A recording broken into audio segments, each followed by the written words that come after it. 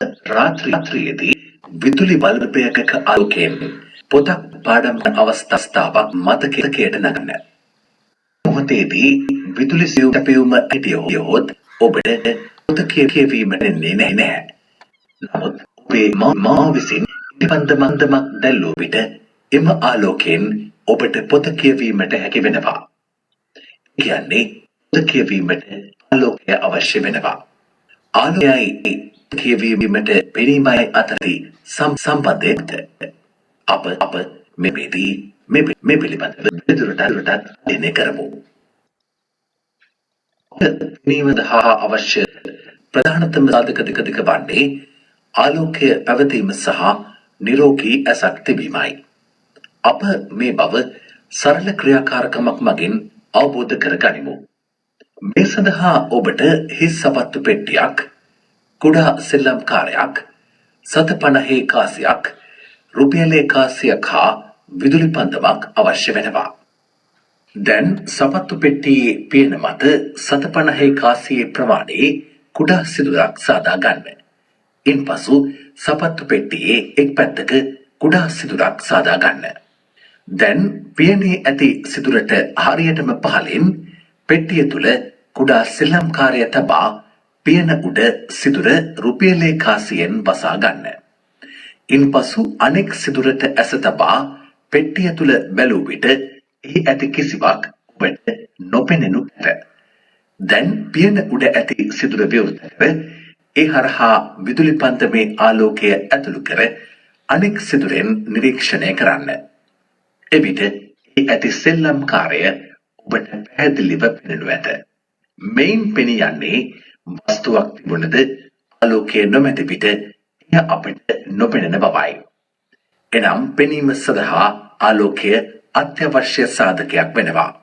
වැඩිදුර ක්‍රියාකාරකම තමයි අපිට මුලින්ම දීලා තියෙන්නේ. එතකොට ඒකේ මුලින්ම නිරීක්ෂණ අහනවා. එතකොට නිරීක්ෂණ විදියට අපිට ලියන්න පුළුවන් පෙට්ටිය තුල ඇති වස්තුව පියනේ සිදුර විවෘත අවස්ථාවේ පෙනෙන අතර සංවෘත අවස්ථාවේ නොපෙනේ. රයිට්? පෙට්ටිය තුල ඇති වස්තුව පියනේ සිදුර විවෘත අවස්ථාවේ පෙනෙන අතර සංවෘත අවස්ථාවේ නොපෙනේ. එතන ඒක ඉන්න ඕන. ඊට පස්සේ නිගමනයට අපිට ගන්න වෙන්නේ ඒ කියන්නේ වස්තුවක් පෙනීමට ආලෝකය අවශ්‍යයි කියන එක. ඒතකොට අපිට දෙයක් පේන්න මොකක්ද අවශ්‍ය වෙන්නේ? ආලෝකය අවශ්‍යයි. ඒතකොට මේ ක්‍රියාකාරකයෙන් අපි ගන්න නිගමනය තමයි අපිට පෙනීම සඳහා ආලෝකය අවශ්‍යයි කියලා. පසු සෙල්ලම්කාරයෙක්න දින් හිරු එළිය ඇති ස්ථානයකට යන්න. දැන් S2 හොඳින් විවෘත කර කාර්ය දෙස බැලූ විට සෙල්ලම්කාරය පෙනෙනු ඇත. දැන් එකවර S2 වසා ගන්න. එවිට කාර්ය අතේ තිබුණද ඔබට එය නොපෙනෙනු ඇත. එසේ වන්නේ වස්තුව හා ආලෝකය තිබුණද S නොමැති නම් පෙනීම සිදුවන්නේ නැති නිසායි. මෙම සරල ක්‍රියාකාරකම මගින් කිසියම් වස්තුවක් පෙනීමට ආලෝකය මෙන්ම නිරෝගී ඇසක් තිබීමද අත්‍යවශ්‍ය සාධක බව පැහැදිලි වෙනවා. අපිට දීලා තියෙන ක්‍රියාකාරකම තියෙන්නේ ආලෝකය ඇති තැනකට යන්න, ඔබේ අත්ල දිග හරින්න, ඒ හොඳින් නිරීක්ෂණය කරන්න. දැන් අත්ල එසේම තබාගෙන දැස් වසා ගන්න. දැස විවෘතව තිබූ අවස්ථාවේ ලැබුණු නිරීක්ෂණත් දැනුත් ඔබට ලැබේවිද? ඒතර අපිට කියන්න වෙන්නේ දැස් විවෘතව තිබූ අවස්ථාවේ අත්ලේ රේඛා පෙනේ, දැස් වසාගත් විට අත්ලේ රේඛා නොපෙනේ කියලා නිරීක්ෂණ වලට. එතකොට එහෙනම් එතින්දී අපි ගන්න නිගමනය තමයි අපට යමක් පෙනීමට නිරෝගී ඇසක් තිබිය යුතුයි කියන එකයි. අපට යමක් පෙනීමට නිරෝගී ඇසක් තිබිය යුතුයි කියන එක. එතකොට අපිට යමක් පේන්න ආලෝකයක් අවශ්‍යයි.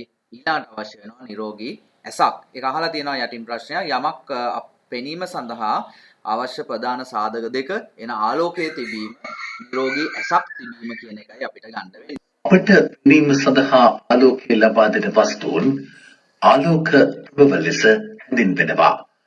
ආලෝක ප්‍රභාවවලට උදාහරණ කිහිපයක් ලෙස සූර්යා, තරු, දැල්ලු විදුලි බුබුලු, දැල්ලු පහන්, දැල්ලු විදුලි පන්දම් දැක්විය හැකි වෙනවා. තවද කණාමැදිරියා, රැබදුල්ලා වැනි කෘමීන්ද ආලෝකය පිට කරන හතු වර්ගද ආලෝකය ලබා දෙන බැවින් ආලෝක ප්‍රභව ලෙස හඳුන්වන්න පුළුවන්. හොඳයි. එතකොට ඊළඟ පිටුවේ පළවෙනි ප්‍රශ්නය අහනවා ආලෝක ප්‍රභවයක් යනු කුමක්ද කියලා. එන ආලෝක ප්‍රභවයක් කියන්නේ අපට පෙනීම සඳහා ආලෝකයේ සපයන වස්තුන්. අපට පෙනීම සඳහා ආලෝකයේ සපයන වස්තුන්.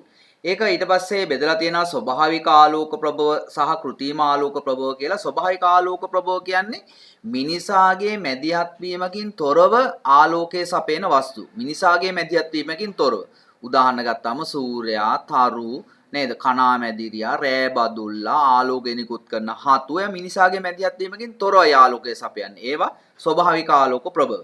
તો કૃત્રિම ආලෝක ප්‍රභව කියන්නේ මිනිසාගේ මැදිහත් වීමකින් ආලෝකය නිපදවන වස්තු.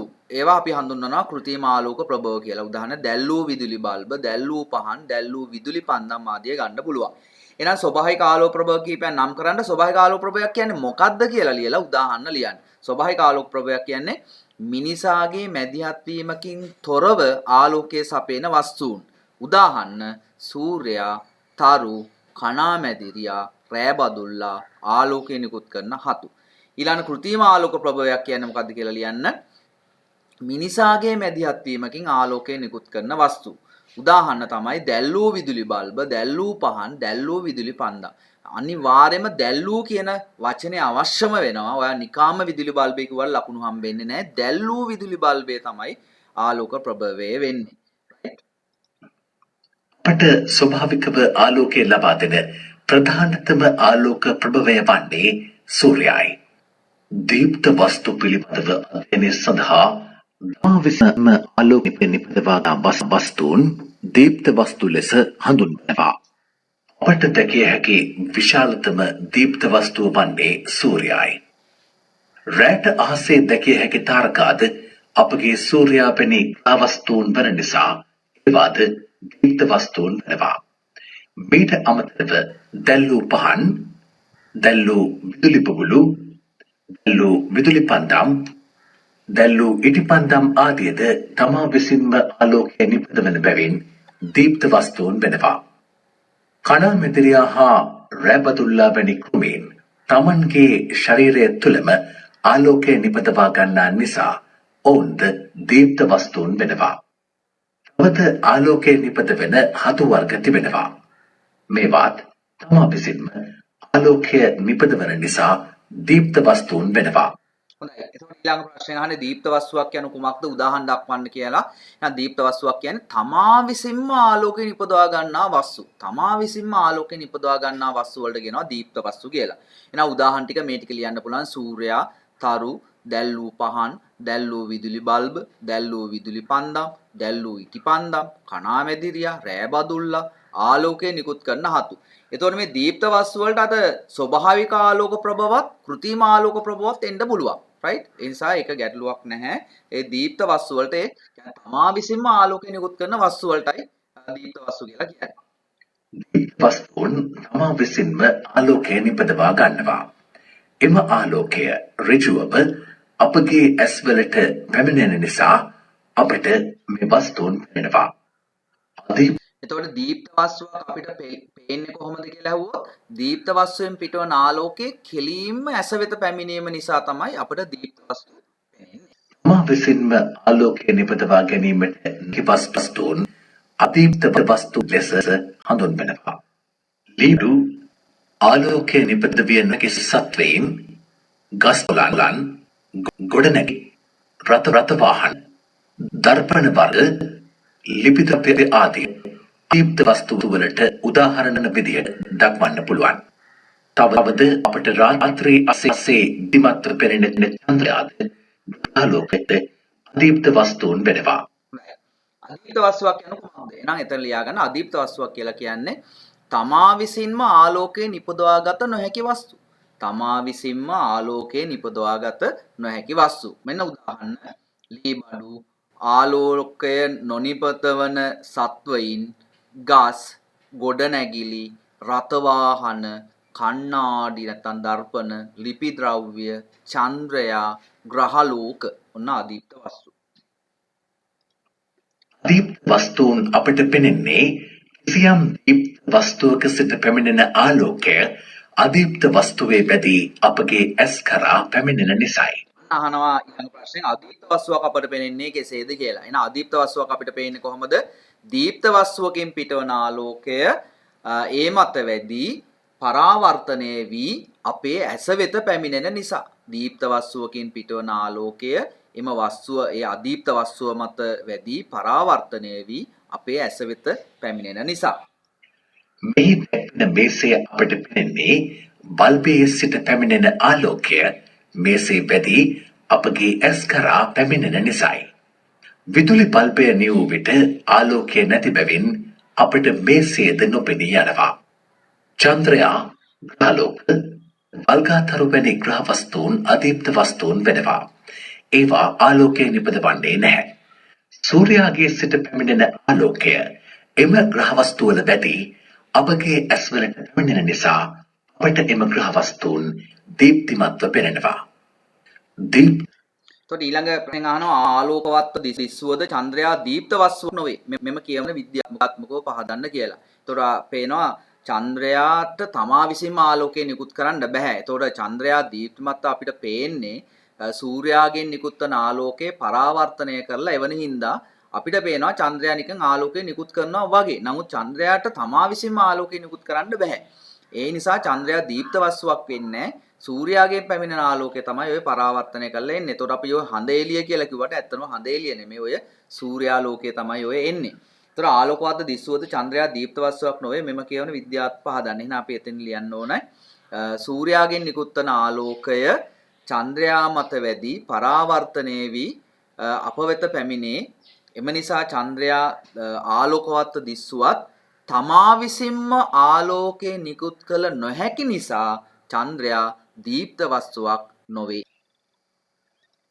ජනේලයකින් සූර්යාලෝකය ඍජුවම නිවස තුළට ඒම වළක්වාලීමට අප තිරරෙදි භාවිත කරනවා. මෙම තිරරෙදි මගින් ජනේලය තුළින් නිවසට ඇතුළු වන ආලෝක ප්‍රමාණය අඩු වෙනවා. ජනේලයෙන් ඇතුළු වන ආලෝකය මුළුමනින්ම නැවැත්වීමට අවශ්‍ය නම් අප කරන්නේ වඩා ගොරෝසු තිරරෙද්දකින් ජනේලය ආවරණය කිරීමයි.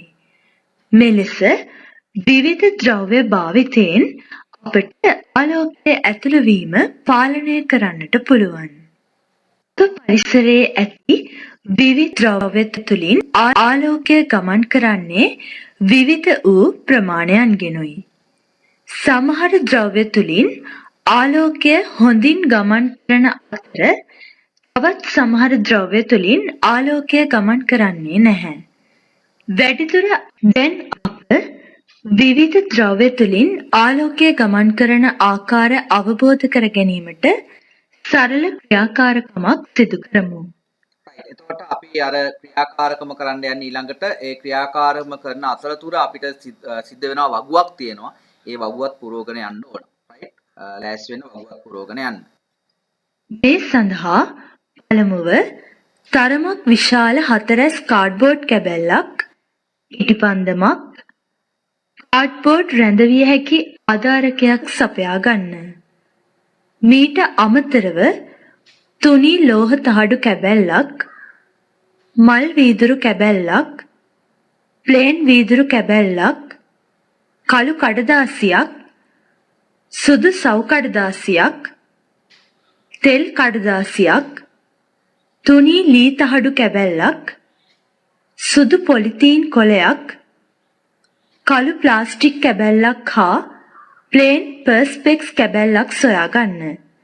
ඉන්පසු 4S කාඩ්බෝඩ් කැබැල්ලේ හරි මැදින් අඟල් 2ක් දිග, අඟල් 2ක් පළල 4S කොටසක් කපා ඉවත් කරගන්න.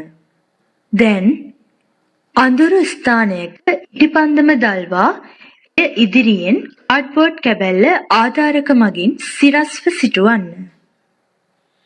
දැන් අප සොයාගත් එක් ද්‍රව්‍ය කාඩ්බෝඩ් කැබැල්ලේ මැද සිදුර වැසෙන ලෙස ඉටිපන්දම හා කාඩ්බෝඩ් කැබැල්ල අතරින් තබමින් සිදුරු තුලින් ඉටිපන්දම් දැල්ල නිරීක්ෂණය කරන්න. එක් ද්‍රව්‍ය තුලින් නිරීක්ෂණය කරමින් එය තුලින් ඉටිපන්දම් දැල්ල හා ආලෝකය පැහැදිලිව පෙනේද? නැතිනම් ආලෝකය පෙනෙන නමුත් දැල්ල පැහැදිලිව නොපෙනේද? එසේත් නැතිනම් ආලෝකය හෝ දැල්ල හෝ නොපෙනේද යන වග සටහන් කරගන්න. තුනී ලෝහ කැබැල්ල තුලින් ඉටිපන්දම් දැල්ල හෝ ඉටිපන්දමේ ආලෝකය පෙනෙන්නේ. එහෙනම් අපි එතන ලියා ගන්න වෙනවා අලුත් එකක් හතරවෙනි එකට තුනී ලෝහ තහඩුව. එතකොට එතන නිරීක්ෂණ වලට ලියන්න වෙනවා ඉටිපන්දම් දැල්ල හෝ ආලෝකය නොපෙනේ. ඉටිපන්දම් දැල්ල හෝ ආලෝකය නොපෙනේ. නෑ. මල් වීදුරු කැබැල්ල තුලින් ඊළඟට මල් වීදුරුව අංක 2ට දීලා තියෙනවා මල් වීදුරුව බලමු ඒකෙද මොකද වෙන්නේ කියලා. ඉටිපන්දම් දැල්ල නොපෙනෙන අතර ඉටිපන්දමේ ආලෝකය පෙනෙනවා. right. ඉටිපන්දම් දැල්ල නොපෙනෙන අතර ආලෝකය පෙනේ. ඉටිපන්දම් දැල්ල නොපෙනෙන අතර ආලෝකය පෙනේ. ප්ලේන් වීදුරු කැබැල්ල තුලින් ඉටිපන්දමේ ආලෝකය හා ඉටිපන්දම් දැල්ල පැහැදිලිව පෙනෙනවා. ප්ලේන් වීදුරු තහඩුව. එතකොට ඉටිපන්දම් දැල්ල හා ආලෝකය පෙනේ. නිරීක්ෂණ වල ලියන්න ඕන ඉටිපන්දම් දැල්ල හා ආලෝකය පෙනේ. එතන තුනී වීදුරු තහඩුව කියලා තියෙන්නේ. අන්න ඒකටයි එක ලියන්නේ. තුනී වීදුරු තහඩුව නිරීක්ෂණ වලට ලියන්න ඉටිපන්දම් දැල්ල හා ආලෝකය හොඳින් පෙනේ. කළු කඩදාසි තුලින් ඊළඟ කළු කඩදාසිය ගන්න ඊළඟට කළු කඩදාසිය අංක 1ට මන් දීලා තියෙනවා කළු කඩදාසිය. ඉටිපන්දමේ ආලෝකය හෝ ඉටිපන්දම් දැල්ල හෝ පෙනෙන්නේ නැහැ. ඉටිපන්දම් දැල්ල ආලෝකය පේන්නේ නැහැ. සුදු සව් කඩදාසිය තුලින් ඊළඟ සුදු සව් කඩදාසිය ගත්තාම ඉටිපන්දමේ ආලෝකය පේනවා. හැබැයි දැල්ල පැහැදිලිව පේන්නේ නැහැ. ඉටිපන්දම් දැල්ල පැහැදිලිව නොපෙනේ ආලෝකය පෙනේ. ඉටිපන්දමේ ආලෝකය පෙනෙන අතර ඉටිපන්දම් දැල්ල පැහැදිලිව පෙනෙන්නේ නැහැ. තෙල් කඩදාසිය තුලින්ද බැලු ඊළඟ ලියන්න තෙල් කඩදාසියනොත් එහෙමයි ඉටිපන්දම් දැල්ල පැහැදිලිව නොපෙනේ ආලෝකය පෙනේ. ඉටිපන්දම් දැල්ල පැහැදිලිව නොපෙනේ ආලෝකය පෙනේ. විට ඉටිපන්දමේ ආලෝකය පෙනෙන අතර ඉටිපන්දම් දැල්ල පැහැදිලිව පෙනෙන්නේ නැහැ. තුනී ලී තහඩු කැබැල්ල තුලින් ඊළඟ තුනී ලී තහඩු කැබැල්ල ඉතින්දී ඉටිපන්දම් දැල්ල හෝ ආලෝකය නොපෙනේ. ඉටිපන්දම් දැල්ල හෝ ආලෝකය නොපෙනේ. බැලූ විට ඉටිපන්දමේ ආලෝකය හෝ ඉටිපන්දම් දැල්ල පෙනෙන්නේ නැහැ. සුදු පොලිතීන් කොළය තුලින් ඊළඟ සුදු පොලිතීන් කොළය භාවිතා කළ ද්‍රව්‍ය වලින් සුදු පොලිතීන් කොළය බැලූ විට ආලෝකය පෙනෙන නමුත් ඉටිපන්දම් දැල්ල පැහැදිලිව පෙනෙන්නේ නැහැ. ඉටිපන්දම් දැල්ල පැහැදිලිව නොපෙනෙන අතර ආලෝකය පෙනේ. ඉටිපන්දම් දැල්ල පැහැදිලිව නොපෙනෙන අතර ආලෝකය පෙනේ. කළු ප්ලාස්ටික් කැබැල්ල තුලින් බැලූ විට ඊළඟ කළු ප්ලාස්ටික් කැබැල්ල ඉටිපන්දමේ ආලෝකය හෝ ඉටිපන්දම් දැල්ල පැහැදිලිව පෙනෙන්නේ නැහැ. ඉටිපන්දම් දැල්ල හෝ ආලෝකය නොපෙනේ. ඉටිපන්දම් දැල්ල හෝ ආලෝකය නොපෙනේ. ප්ලේන් පර්ස්පෙක්ස් කැබැල්ලක් තව එකක් ප්ලේන් පර්ස්පෙක්ස් කැබැල්ල. එක ප්ලාස්ටික් වර්ගයක් ප්ලේන් පර්ස්පෙක්ස් කැබැල්ල. බැලූ විට ඉටිපන්දමේ ආලෝකය හා ඉටිපන්දම් දැල්ල පැහැදිලිව පෙනෙනවා. ඉටිපන්දම් දැල්ල හා ආලෝකය පැහැදිලිව පෙනේ. ඉටිපන්දම් දැල්ල හා ආලෝකය පැහැදිලිව පෙනේ. මෙම නිරීක්ෂණ සියල්ල මෙහි දැක්වෙන පරිදි වගුවක දක්වන්නට පුළුවන්. මෙම ක්‍රියාකාරකමින් සමහර ද්‍රව්‍ය තුලින් ආලෝකය හොඳින් ගමන් කරන බවත් සමහර ද්‍රව්‍ය තුලින් ආලෝකය තරමක් දුරට ගමන් කරන බවත් තවත් සමහර ද්‍රව්‍ය තුලින් ආලෝකය කිසිසේත්ම ගමන් නොකරන බවත් අවබෝධ කරගන්න පුළුවන්. හොඳයි ඊළඟට මේකේ අහනවා නිගමනය. එතකොට අපිට නිගමනයේට මෙන්න මෙහෙම ලියන්න පුළුවන්. ලියා ගන්න. සමහර ද්‍රව්‍ය තුලින් බැලුව විට ආලෝකය පැහැදිලිව දැකිය හැකි ඉටිපන්දම් දැල්ල පැහැදිලිව පෙනේ. ඊළඟ රූලෙන් ලියන්න. සමහර ද්‍රව්‍ය තුලින් බැලුව විට ආලෝකය දැකිය හැකි නමුත් ඉටිපන්දම් දැල්ල පැහැදිලිව නොපෙනේ. ඊළඟ රූලෙන් ලියන්න සමහර ද්‍රව්‍ය තුලින් බැලුව විට ආලෝකය හා ඉටිපන්දම් දැල්ල දැකිය නොහැකි. ඊළඟට වගුවේ අපිට මේවා ටික වර්ග කරන්න තියෙනවා ABC විදියට. ඒ දක්වන්නේ ආලෝකය සහ ඉටිපන්දම් දැල්ල පැහැදිලි පෙනෙන ද්‍රව්‍ය. B වලින් දක්වන්නේ ආලෝකයේ දැකිය නමුත් ඉටිපන්දම් දැල්ල පැහැදිලිව නොපෙනෙන ද්‍රව්‍ය. C වලින් දක්වන්නේ ආලෝකය හා ඉටිපන්දම් දැල්ල නොපෙනෙන ද්‍රව්‍ය. ඒ විදිහට වෙනකොට අපිට A කියන තීරු ගන්න වෙන්නේ ප්ලේන් විදුරු තහඩුව. අපිට වැර තුනී විදුරු තහඩුව කියලා තුනී විදුරු තහඩුවයි ප්ලේන් පර්ස්පෙක්ට්‍රල්ලයි ඒ තීරුවට ගන්න පුළුවන්. ඊළඟට B කියන තීරුවට අපිට ගන්න වෙනවා මල් වීදුරු කැබැල්ල, සුදු සවුකොළය, තෙල් කඩදාසිය, සුදු පිතීන් කොළය B කියන තීරුවට ගන්න පුළුවන්. C වලට අපිට ගන්නේ ලෝහ තහඩුව, කළු කඩදාසිය, තුනී ලී තහඩුව, කළු ප්ලාස්ටික් කැබැල්ල කියන ඒවා C තීරුවට අපිට ගන්න පුළුවන්. ඝන ද්‍රව්‍ය තුලින් පමණක් නොව විවිධ ද්‍රව තුලින්ද ආලෝකය ගමන් කිරීම විවිධ වෙනවා. අප මේ සඳහාද සරල ක්‍රියාකාරකමක් සිදු කරමු. මේ සඳහා හොඳින් විනිවිද පෙනෙන පළල් කුඩා බෝතල් කිහිපයක් හා ඉටිපන්දමක් සපයා ගන්න. ඉන්පසු එම බෝතල් භූමි තෙල්, පිරිසිදු ජලය, මඩ ජලය, පැණි, දැවුණු එන්ජින් ඔයිල් හා සර්ජිකල් ස්පිතු වලින් පුරවා ගන්න. මේ කියන අපි දැන් ඉස්සලා බැලුවේ ඝන ද්‍රව්‍ය තුලින් ආලෝකය යන විදියනේ. දැන් අපි අරන් තියෙන ද්‍රව. මේ ද්‍රව තුලිනුත් ආලෝකය ගමන් කරන ආකාරය ඒ වගේම තමයි. රයිට්? අපි මේ ද්‍රව ටිකත් අපි අර ABC කියන තුනට වෙන් කරලා ඒ වගුව දැන් පුරවන්නයි යන්නේ. දැන් අපි අර උඩ වගුවේ ABC කියලා කාණ්ඩ තුනකට වෙන් කළේ. ඒ කාණ්ඩ තුනටම මේ ද්‍රව හයත් අපි වෙන් කරලා දාගමු මේ ක්‍රියාකාරකම කරන යන අතරතුර. දැන් අඳුරු ස්ථානයක ඉටිපන්දම දල්වා එක් බෝතලය තුලින් ඉටිපන්දම් දැල්ල නිරීක්ෂණය කර පෙර පරිදිම ලැබෙන නිරීක්ෂණ සටහන් කරගන්න. භූමි තෙල් දැමූ බෝතලය තුලින් නිරීක්ෂණය කරන විට ඉටිපන්දම් දැල්ල පැහැදිලිව නොපෙනෙන අතර ඉටිපන්දමේ ආලෝකය පෙනෙනවා.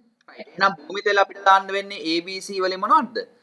B තීරුවටයි අපිට දාන්න වෙන්නේ. ඉටිපන්දම් දැල්ල පැහැදිලිව පේන්නේ නැහැ. හැබැයි ආලෝකය පේනවා. ඒතකොට B තීරුවට භූමි තෙල් දාන්න.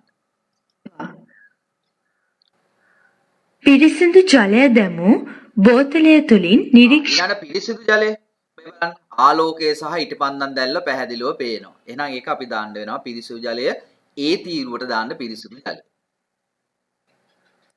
කල විට එය තුලින් ඉටිපන්දම් දැල්ල හා ඉටිපන්දමේ ආලෝකය පැහැදිලිව පෙනෙනවා. මඩ ජලය තුලින් ඊළඟ මඩ ජලය මොන තීරුවක් දාන්න වෙන්නේ? ඉටිපන්දම් දැල්ල පැහැදිලිව නොපෙනෙනවා. හැබැයි ඉටිපන්දමේ ආලෝකය පමණක් පේනවා. එහෙනම් මඩ ජලය අපිට දාන්න වෙන්නේ B තීරුවට B. ඉටිපන්දම් දැල්ල පැහැදිලිව නොපෙනෙන අතර ඉටිපන්දමේ ආලෝකය පමණක් පෙනෙනවා. පැණි තුලින් නිරීක්ෂණයේදී ඉටිපන්දම් දැල්ල හෝ ඉටිපන්දමේ ආලෝකය ඊළඟට පැණි දාන්න වෙන්නේ ඉටිපන්දම් දැල්ල හෝ ආලෝකය පැහැදිලිව පේන්නේ නැහැ. එහෙනම් අපිට දාන්න වෙන්නේ C තීරුවටයි පැණි දාන්න වෙන්නේ. හෝ පෙනෙන්නේ නැහැ. දැවුණු එන්ජින් ඔයිල් තුලින් නිරීක්ෂණය කරන විටද ඉටිපන්දම් දැල්ල හා එහි ආලෝකය පෙනෙන්නේ නැහැ. දැවුණු එන්ජින් ඔයිල් අපිට දාන්න වෙන්නේ C තීරුවට. දැවුණු එන්ජින් ඔයිල්. සර්ජිකල් ස්පිරිතු තුලින් සර්ජිකල් ස්පිරිතු ඉටිපන්දම් දැල්ල ආලෝකය හොඳට පේනවා. එහෙනම් දාන්න වෙන්නේ A තීරුවට සර්ජිකල් ස්පිරිතු.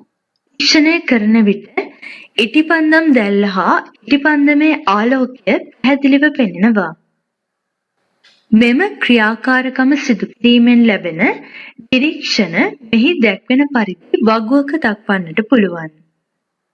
මෙම ක්‍රියාකාරකමින් සමහර ද්‍රව තුලින් ආලෝකය හොඳින් ගමන් කරන බවත්, සමහර ද්‍රව තුලින් ආලෝකය යම් පමණකට ගමන් කරන බවත්, තවත් සමහර ද්‍රව තුලින් ආලෝකය ගමන් නොකරන බවත් අපට අවබෝධ කරගන්නට පුළුවන්.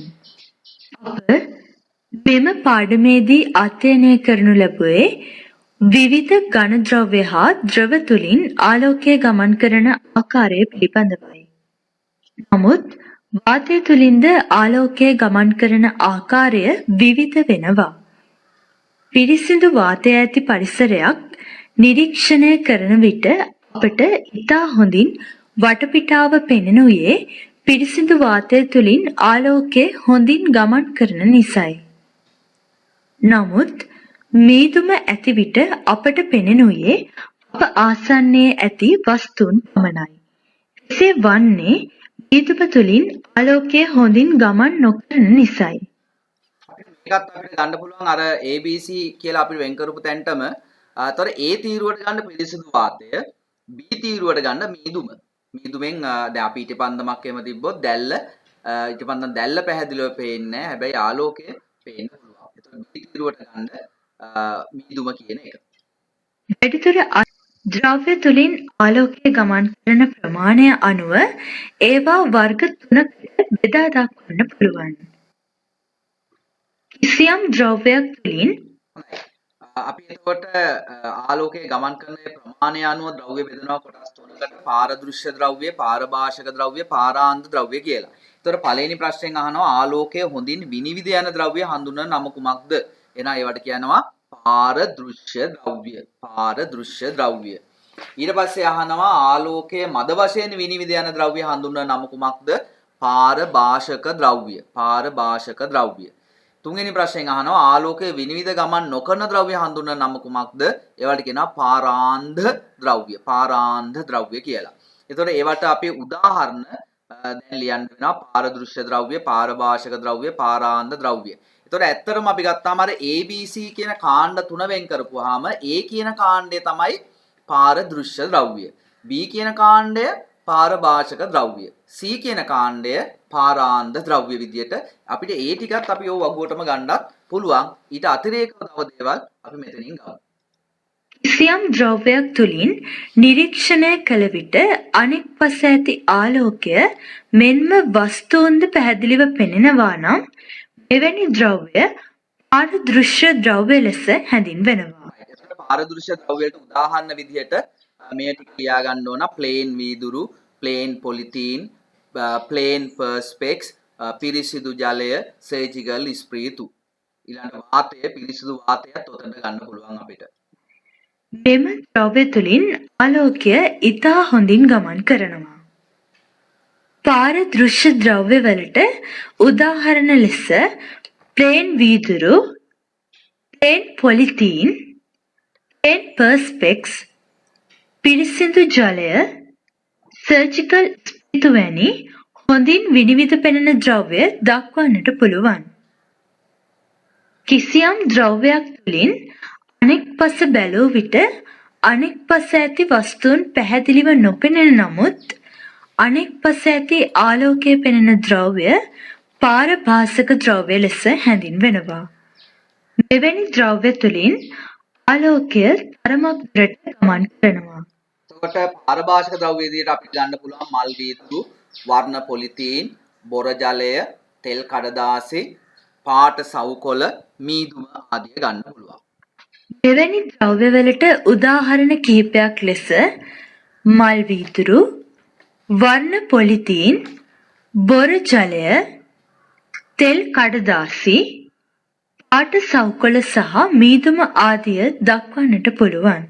කිසියම් ද්‍රව්‍යයක් තුළින් අනෙක් පස නිරීක්ෂණය කළ විට අනෙක් පස ඇති වස්තුන්ට ආලෝකයද නොපෙනේ නම් එවැනි ද්‍රව්‍ය පාරාන්ධ ද්‍රව්‍ය ලෙස හැඳින්වෙනවා. මෙම ද්‍රව්‍ය තුළින් ආලෝකය කිසිසේත්ම ගමන් කරන්නේ නැහැ. එවැනි ද්‍රව්‍යවලට උදාහරණ කිහිපයක් ලෙස පාරාන්ධ ද්‍රව්‍ය වලට උදාහරණ තමයි කාඩ්බෝඩ්, ලී, ලෝහ තහඩු, දැවුණු එන්ජින් ඔයිල්, සමහර ප්ලාස්ටික්, ගොරෝසු රෙදි ආදිය ගන්න පුළුවන්. කාඩ්බෝඩ්, ලී, ලෝහ, දැවුණු එන්ජින් ඔයිල්, සමහර ප්ලාස්ටික් වර්ග සහ ගොරෝසු රෙදි දක්වන්නට පුළුවන්. මේ පාරදෘශ්‍ය පාරාන්ධ පාරභාෂක ද්‍රව්‍ය යොදා ගන්න අවස්ථා ඒත් දිලා තියෙන එකක් වීදුරු පාරදුෂයි යොදාගත් අවස්ථාව රාමු කරන ලද පින්තූරයක මුහුණත සඳහා ඊළඟ සව් කඩදාසි පාරභාෂකයි වෙසක් කූඩු සෑදීම සඳහා ඊළඟ කාඩ්බෝඩ් පාරාන්දයි ඡායාරූප පටල බහ ඇති පෙට්ටි සෑදීම සඳහා තව අපි ගමු මල් වීදුරු ඒතර පාරභාෂකයි නානකාම්බරවල දොර ජනෙල් සඳහා ඊළඟ තව අවර්ණ පොලිතීන් ඒක පාරදෘශ්‍යයි පොත්වල පිට කවර දැමීම සඳහා. ඒතර පොත්වල පිට කවර දැමීම සඳහා කියලා ගන්න පුළුවන්. ප්‍රධාන ලාම්පුවෙන් නිකුත් වන ආලෝකය මහතින් වැඩිවන අද විශාල ප්‍රදේශයක පැටි යනවා. නමුත් එස ආලෝකය සිහින් වන අතර එක් රේඛාවක් දිගේ පමණක් ගමන් කරනවා. මෙසේ වන්නේ ආලෝකය ගමන් කරන ආකාරය නිසායි. තවද අපට පෙනීමට ආලෝකය අවශ්‍ය වෙනවා. මීට අමතරව විවිධ උත්සව අවස්ථා අලංකාර කර ගැනීමට විවිධ වර්ණවල ආලෝකය භාවිත කරනවා. සිදිනක බලාකුළක් අතරින් පිරී එන ආලෝකය ඔබ දැක තිබේද? පහළේ ඇති කුඩා සිදුරකින් නිවස ඇතුළට පැමිණෙන ආලෝකය ඔබ දැක තිබේද? වැසි දිනක වාහනවල ප්‍රධාන ලාම්පුව හෙවත් හෙඩ්ලයිට් එකෙන් පිටවන ආලෝකය දැක තිබේද? විදුලි පන්දමකින් පිටවන ආලෝකය ඔබ දැක තිබේද? ඔබ නියත වශයෙන්ම මින් එක් අවස්ථාවක් හෝ නිරීක්ෂණය කර ඇති. මේවා ආලෝක කදම්බ ලෙස හඳුන්වනවා. ඉතා පටු ආලෝක කදම්බයක් ආලෝක කිරණයක් ලෙස හඳුන්වනවා. මෙවැනි ආලෝක කිරණ රාශියක් එකතු වී ආලෝක කදම්බයක් සෑදෙනවා. ආලෝක කිරණයක් නිරූපණය කිරීමට ඊහිසක් සහිත සරල රේඛාවක් භාවිත කරනවා. මෙම ඊහිසෙන් ආලෝක කිරණය ගමන් කරන දිශාව නිරූපණය කරනවා. මෙවැනි ඊහිසක් සහිත රේඛා කිහිපයක් ආලෝක කදම්බයක් නිරූපණය කිරීමට භාවිත කරනවා. හොඳයි. එතකොට ආලෝක කිරණයක් ඇඳ දක්වන්න කියලා තියෙනවා. ඊළඟ ක්‍රියාකාරකමට පස්සේ තියෙනවා ප්‍රශ්න දෙකක් අපි ඒ කරලා ඉමු. ආලෝක කිරණයක් ඇඳ දක්වන්න. එතකොට මේ ආලෝක කිරණය මේක මෙන්න ඇඳලා තියෙන්න ඕන. ඊළඟ ආලෝක කදම්බයක් කියන කුමක්ද? ආලෝක කදම්බයක් ඇඳ දක්වන්න. ආලෝක කදම්බයක් කියන්නේ ආලෝක කිරණ රාශියක්. ආලෝක කිරණ රාශියක් හඳුන්වනවා ආලෝක කදම්බයක් ලෙස. එතකොට එතෙන්දී ඒ ආලෝක කදම්බයට මේක ඇඳලා තියෙන්න ඕන. මෙන්න මේක ඇඳලා තියෙන්න ඕන.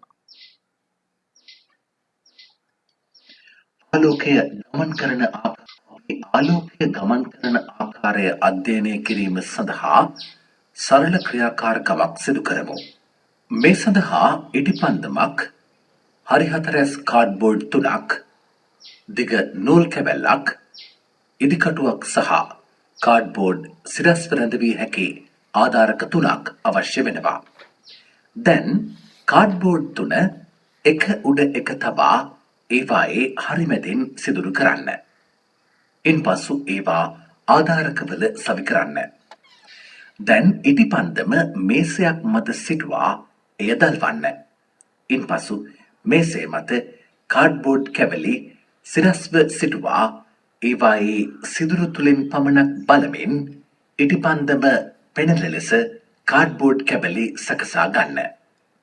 දැන් ඉදිකටුව ආධාරයෙන් කාඩ්බෝඩ් කැබලි නොසෙල්වෙන පරිදි නූල සිදුරු තුලින් යවන්න. එවිට නූල සරල රේඛීයව පිහිටන බව නිරීක්ෂණය කරන්න පුළුවන්. දැන් නූල සරල රේඛීයව නොපිහිටන පරිදි මැද කාඩ්බෝඩ් කැවැල්ල චලනය කරන්න. එවිට සිදුර තුලින් ඉටිපන්දම් දැල්ල නොපෙනෙනු ඇත. මෙලෙස සිදුරු සරල රේඛීයව පිහිටන විට ඉටිපන්දම් දැල්ලේ සිට පැමිණෙන ආලෝකය සිදුරු තුලින් ඇස වෙත පැමිණෙන නිසා අපට ඉටිපන්දම් දැල්ල පෙනෙනවා. සිදුරු සරල රේඛීයව නොපිහිටන විට සිදුරු තුලින් ආලෝකය ගමන් නොකරන නිසා ඉටිපන්දම් දැල්ල පෙනෙන්නේ නැහැ. මෙම ක්‍රියාකාරකමෙන් ආලෝකය සරල රේඛීයව ගමන් කරන බව අවබෝධ කරගන්න පුළුවන්. මේකේ නිරීක්ෂණය තොරල ලියන්නේ උඩ ක්‍රියාකාරකමේ නිරීක්ෂණ නූල කෙලින් ඇති විට නැත්නම් නූල සරල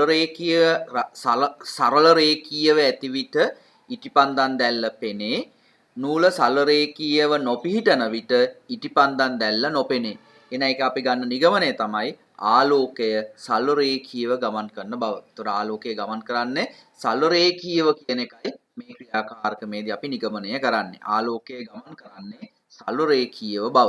දැන් ආලෝකය හා සම්බන්ධ තවත් ක්‍රියාකාරකමක් සිදු මේ සඳහා විදුලි පන්දමක් සිහින් දිස සහිත කණාවක් සහ සුකඩදාසියක් අවශ්‍ය වෙනවා.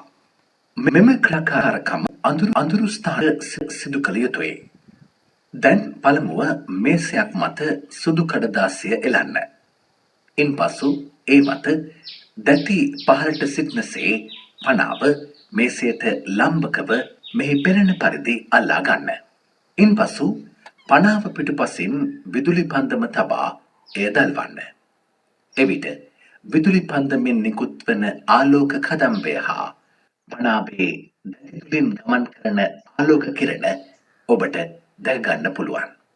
ඔබ එම රේඛා පැන්සලකින් ඇඳගත් විට එම රේඛා සරල රේඛීය වන බව ඔබට නිරීක්ෂණය කරන්න පුළුවන්.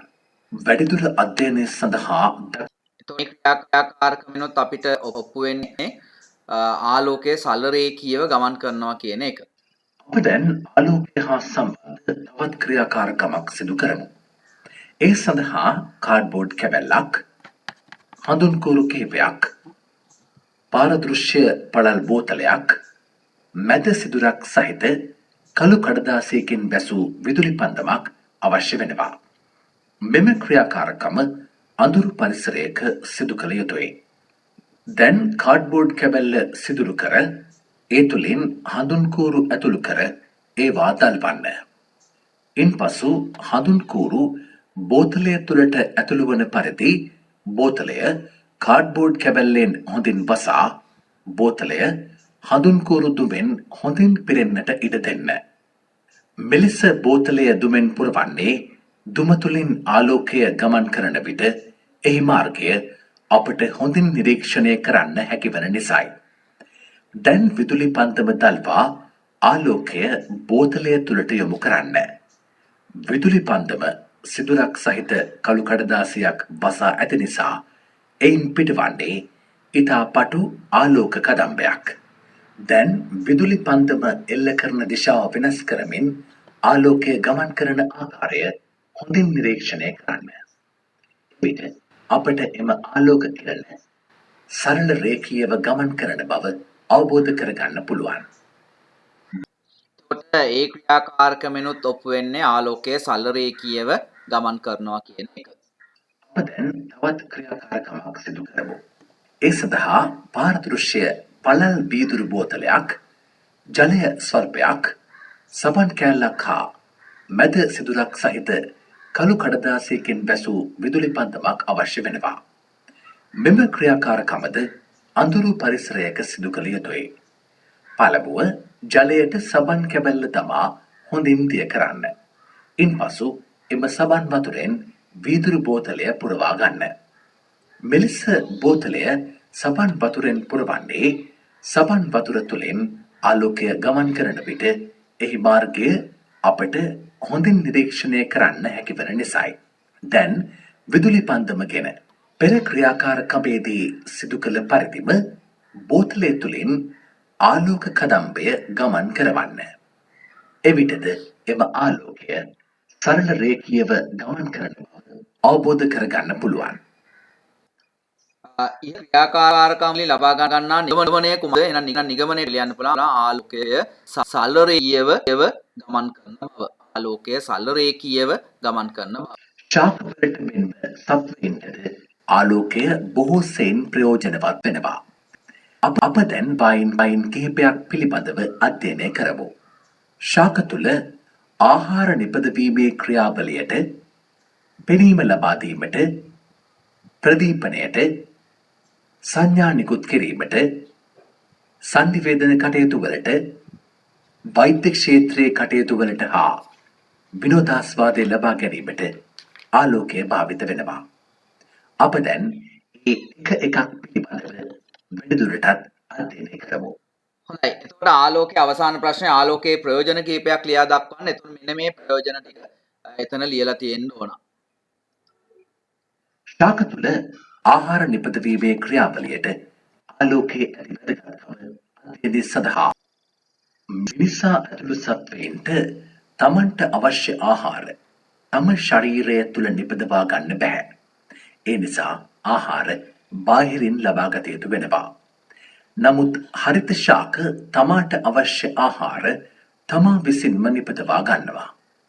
මේ සඳහා අවශ්‍ය ශක්තිය ලබා ගන්නේ සූර්යාලෝකයෙන්.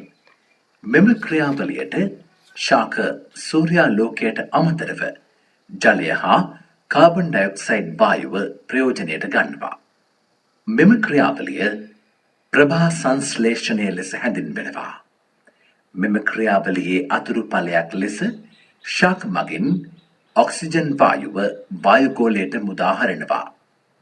සූර්යාලෝකය උපයෝගී කරගෙන ශාක තුළ සිදුවන මෙම ප්‍රභා සංශ්ලේෂණ ක්‍රියාවලිය මුළු පෘථිවියේම ජීවීන් හට ප්‍රයෝජනවත් වෙනවා. ශාක විසින් මෙලෙස නිපදවා ගන්නා ආහාර ගෙඩි, පත්‍ර, මුල්, කඳ වැනි කොටස්වල ගබඩා කර ගන්නවා. සතුන් විසින් එම ශාක කොටස් ආහාරයට ගැනීමෙන් එම ආහාර සත්වයන් තුළට ගමන් කරනවා. කිසියම් වෙනත් සතෙක් මෙම ශාක ආහාරයට ගත් සත්වයාව ගොදුරු කරගත් විට ශාකයේ නිපද වූ ආහාර වලින් කොටසක් එම දෙවන සත්වයා තුළටද ගමන් කරනවා. මෙමගින් පියන්නේ සෑම ජීවියෙක්ම පාහේ ඍජුවම හෝ වක්‍රව හෝ ශාක නිපද වූ ආහාර මත යැපෙන බවයි. ආලෝකය පෙන්වීම සඳහා අත්‍යවශ්‍ය සාධකයක් බව ඔබ දන්නවා. මිනිසාට ආලෝකය ලබා දෙන ප්‍රධාන ස්වභාවික වස්තුව වන්නේ සූර්යයයි. සූර්යාලෝකය නොමැති රාත්‍රී කාලයේදී චන්ද්‍රයා මගින් ස්වභාවිකව අපට ආලෝකය ලබා දෙනවා.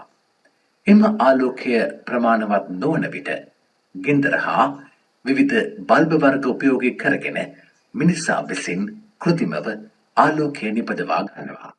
මිනිසා විසින් ආලෝකය නිපදවා ගැනීමට විවිධ වූ කෘත්‍රිම ආලෝක ප්‍රභව වර්ග භාවිත කරනවා. සූත්‍රිකා විදුලි බල්බ, ප්‍රතිදීප්ත පහන් හෙවත් ටියුබ් බල්බ හා LED බල්බ ඒ අතර ප්‍රධාන වෙනවා. ප්‍රදීපනයට බොහෝ රටවල මිනිසුන් විසින් විවිධ උත්සව අවස්ථා අලංකාරවත් හා උත්කර්ෂවත් කර ගැනීම සඳහා විවිධ වර්ණයෙන් හා රටාවන්ගෙන් යුතු ආලෝකයන් භාවිත කරනවා. මෙවැනි අවස්ථාවලට උදාහරණ ලෙස වෙසක් උත්සවය, නත්තල් උත්සවය හා විවාහ උත්සව ආදිය දක්වන්නට පුළුවන්. මීට අමතරව වෙළඳ ප්‍රචාරණ කටයුතු සඳහා සාප්පු සංකීර්ණවල ජනාකීර්ණ වීදිවල වර්ණවත් ආලෝකයන් භාවිත කරනවා. සංඥා ආලෝකය තවත් කෙනෙකුට සංඥාවක් නිකුත් කිරීම සඳහාද උපයෝගී කර ගන්නවා. ප්‍රදීපාකාර මගින් රාත්‍රියේදී නිකුත් කරන ආලෝක කදම්බ මගින් නාවකීන්ට ළඟ ගොඩබිමක් ඇති බව සංඥා කරනවා. මාර්ග සංඥාවල ඇති රතු, කහ සහ කොළ වර්ණ තුන මගින්ද රියදුරන්ට විවිධ සංඥාවල් ලබා දෙනවා. තවද වාහන හැරවීමේදී වාහන මගින් නිවි නිවි දැල්වෙන තැඹිලි ආලෝකයක් භාවිත කරනවා. එමගින් අනෙක් පුද්ගලයන්ට වාහනය හරවන දිශාව පිළිබඳව සංඥාවක් ලබා දෙනවා. සංනිවේදන වර්තමානයේදී සංනිවේදන ක්‍රමයන් ඉතා දියුණු මට්ටමක පවතිනවා. වර්තමානයේ විශාල දුරවල් අතර සංනිවේදන කටයුතු සිදු කිරීමට ප්‍රකාශ තන්තු නම් පාරදෘශ්‍ය ද්‍රව්‍යයන්ගෙන් සැදූ වයර් වැනි දෙයක් භාවිත කරනවා. ඒ හරහා තොරතුරු යවනු ලබන්නේ ආලෝකය ලෙසයි. එමගින් එම ස්ථාන දෙක අතර පහසුවෙන් හා වේගයෙන් සංනිවේදන කටයුතු කරගන්න පුළුවන්. ප්‍රකාශ තන්තු හෙවත් ෆයිබර් ඔප්ටික් විශාල ප්‍රමාණයක් එකතු කර ප්‍රකාශ නල සාදනු ලබනවා. මෙම ප්‍රකාශ නල රටවල් අතර අන්තර්ජාල සම්බන්ධතා පවත්වා ගැනීමටද දියුණු ශ්‍රව්‍ය හා දෘශ්‍ය උපකරණ සම්බන්ධ කිරීමටද භාවිත කරනවා.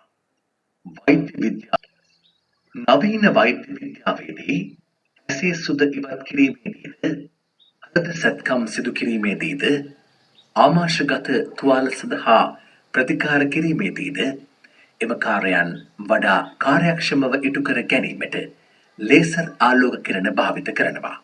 මීට අමතරව ප්‍රකාශ තන්තු තාක්ෂණය හෙවත් ෆයිබර් ඔප්ටික් ටෙක්නොලොජි මගින් ක්‍රියා කරන එන්ඩොස්කෝප් නම් උපකරණයක් භාවිත කරනවා. මෙය ශරීරයට ඇතුළු කිරීමෙන් ශරීර අභ්‍යන්තරය හොඳින් නිරීක්ෂණය කරන්න පුළුවන්. විනෝද සංගීත සංදර්ශන හා සැකලිපලි වැනි අවස්ථාවලදී බහුල වශයෙන් වර්ණවත් ආලෝකයන් භාවිත කරනවා. මීට අමතරව විවිධ සෙල්ලම් භාණ්ඩ ආලෝකය නිකුත් කරන පරිදි නිපදවා තිබෙනවා. වැඩිදුර කෘතිමව ආලෝකය නිවීම සඳහා ශක්තිය අවශ්‍ය වෙනවා. එම ශක්තිය ලබා ගැනීමට ඉන්ධන හෝ විදුලිය භාවිත කරනවා. ආලෝකය කෘතිමව නිපදවීමට මුදල් වැය වෙනවා. එම නිසා ආලෝකය අනවශ්‍ය ලෙස භාවිත නොකළ යුතුයි. තවද අප ආලෝකය භාවිත කරන විට අන් අයට එයින් බාධාවක් සිදු නොවන ලෙස එය සිදු කළ යුතුයි. පිරිසිදු වාතය පාරදෘශ්‍යයි. පැහැදිලි පරිසරයක් ඇති විට අපට බොහෝ දුර ඇති දෑද පැහැදිලිව පෙනෙන්නේ එම නිසයි. නමුත් මීදුම ඇති විට වාතය පාරභාසක වෙනවා. එසේ වන්නේ වාතයේ ඇති කුඩා ජල බිඳු අවලම්බනය වීමෙන් මීදුම සෑදී ඇති නිසයි. මීදුම ඇති විට අපට ඒ තුළින් නිරීක්ෂණය කරන්න පුළුවන් වන්නේ ඉතා කුඩා දුරක් පමණයි. මොටර් රථ ධාවනයේදී මීදුම ඇති විට ඒවායේ ඇති ෆොග් ලයිට් භාවිත කිරීමෙන් මීදුම තුළින් ගමන් කිරීම පහසු කරවනවා. වැඩිදුර අධ්‍යයනය සඳහා මුල්වරට විදුලි බල්බයක් නිපදවා දී ඇමරිකානු ජාතික තෝමස් අල්වා එඩ්සන් විසින්. ඔහු විසින් නිපදවන ලද්දේ කාබන් සූත්‍රිකාවක් සහිත බල්බයක්. නමුත් වර්තමානයේදී ඇති බල්බවල ඇත්තේ ටන්ස්ටන් නම් මිශ්‍ර ලෝහයකින් සාදන සූත්‍රිකායි. මිශ්‍ර ලෝහයක් කියලා කියන්නේ ලෝහ කිහිපයක් එකතු කර සාදන ලෝහවලටයි. ප්‍රකාශාන්ත තුළින් ආලෝකය එක ස්ථානයක සිට තවත් ස්ථානයකට ගමන් කර පුළුවන්. ඒ නිසා ප්‍රකාශ තන්තු නූතන සංනිවේදන කටයුතු වලට භාවිත කරන බව අප මීට පෙර ඉගෙන ගත්තා. සමහර රටවල දහවල් කාලයේදී විශාල ගොඩනැගිලි ආලෝකවත් කිරීමටද ප්‍රකාශ තන්තු භාවිත කරනවා. මෙම ප්‍රකාශ තන්තු තුළින් සූර්යාලෝකය ගොඩනැගිලි තුළට ඇතුල් වන ආකාරයට සකසා ඇති නිසා ගොඩනැගිලි ආලෝකවත් කරගන්න පුළුවන්. තවද ප්‍රකාශ තන්තු විවිධ විසිතුරු භාණ්ඩ නිපදවීමටද භාවිත කරනවා.